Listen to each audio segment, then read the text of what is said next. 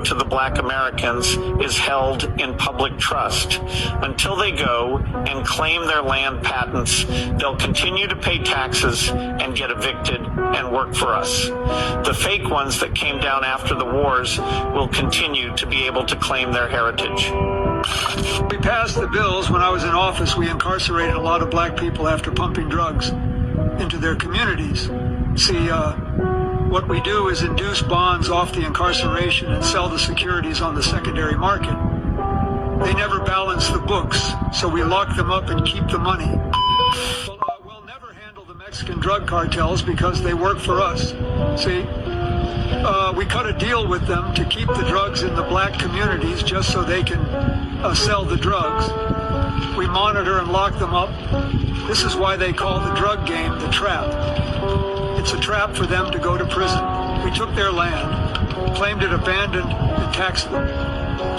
But most importantly, we took their opportunity to compete. We tricked their leaders in the 60s to thinking desegregation was a good thing. It wasn't for them, but for us. We inherited much more. Political campaigns are all a hoax. It's called a two-party system. But our core values are aligned with keeping the people from inheriting what's really theirs. When they claim anything besides who they truly are, it keeps us in business, really big business. Is this you discussing Indian blood? We're going to judge people by whether they have Indian blood, whether they're qualified to run a gaming casino or not? That probably is me, absolutely. Because I'll tell you what, if you look at some of the reservations that you've approved, you, sir, in your great wisdom have approved, I will tell you right now, they don't look like Indians to me, and they don't look like the Indians. Now, maybe we say politically correct or not politically correct. They don't look like Indians to me, and they don't look like Indians to Indians. And a lot of people are laughing at it, and you're telling how tough it is, how rough it is to get approved. Well, you go up to Connecticut, and you look. Now, they don't look like Indians to me, sir. I said it before, and I'll say it again. They don't look like Indians to Indians, and they don't look like Indians to me. The black people are the real Indians, not the Asian-looking casino-owning people. Let's be real, folks. Black Americans are the true American Indians.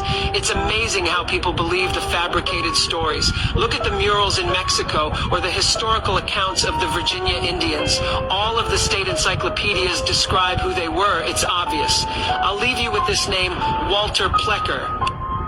Walter Ashby Plecker was an extremely racist American physician and public health advocate who was the first registrar of Virginia's Bureau of Vital Statistics, serving from 1912 to 1946. Plecker is responsible for the reclassification of millions of American Indians into what are referred to as black people today. The Indians were once named after their nation, tribe, or empire before terms like American Indian were even made. For instance, the Powhatan Indians were an empire, nation, confederacy, and tribe, being of mixed Iroquois and Algonquin descent. The original people of North America were a powerful and influential people. Walter Plecker's agenda was to destroy and scatter those ancient and royal lineages, not only of the Virginia Indians, but mostly because their treaties and bloodlines tie them to the thrones of Europe as well. The southern tribes in the Mississippi Delta are also tied to royal lineages in America and Europe. Even some of the tribes in South Carolina are connected to royal lineages of North African Berbers called Moors. Black Americans, a misunderstood people, starts now.